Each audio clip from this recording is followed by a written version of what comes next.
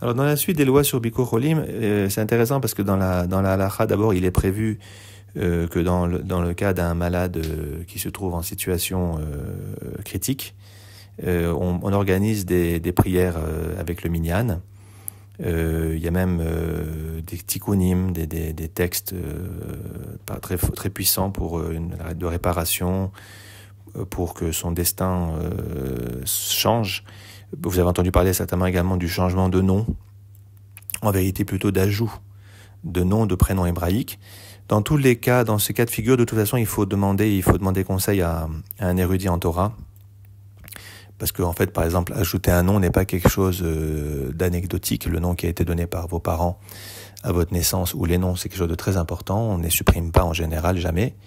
Et on ajoute, et on le fait vraiment dans des situations, on va dire, désespérées, en vertu du principe que le shinui du shem, le changement de nom, l'ajout de nom finalement va modifier le mazal, shinui mazal, c'est-à-dire qu'on espère que le destin a priori tragique qui attend la personne, eh bien ne se réalisera pas parce que c'est plus la même personne en quelque sorte, à travers le nouveau nom qui lui a été attribué. Quand on rend visite à un malade, il faut d'abord demander aux membres de sa famille s'il est en mesure de parler, c'est-à-dire si le fait de parler avec lui ne va pas le fatiguer.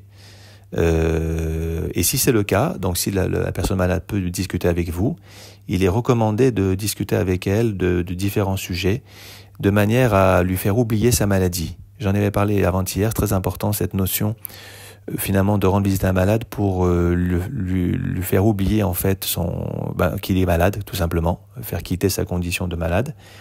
Et pour cela, l'idéal, c'est évidemment surtout de pas trop lui parler de sa maladie, mais plutôt parler d'autres choses, de sujets de société, de Torah, d'autres choses, de manière à ce que pendant ce temps-là, eh bien, il va totalement oublier, il va cesser d'être rivé sur son état de santé.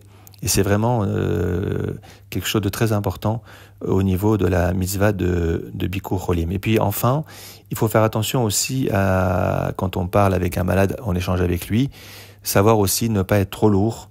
C'est-à-dire, à un moment donné, si on sent que la personne est fatiguée et qu'elle parle avec vous parce qu'elle se sent obligée, parce que vous êtes venu la voir, eh bien, il faut savoir, repartir, arrêter, de manière à ce que la mitzvah que vous êtes en train de faire ne se transforme pas en fardeau pour la personne à laquelle vous rendez visite. Et donc, il faut de la finesse, de la subtilité, pour que cette mitzvah de Bikur Cholim puisse avoir réellement un effet positif et ne pas devenir quelque chose de pesant pour la personne à laquelle on rend visite.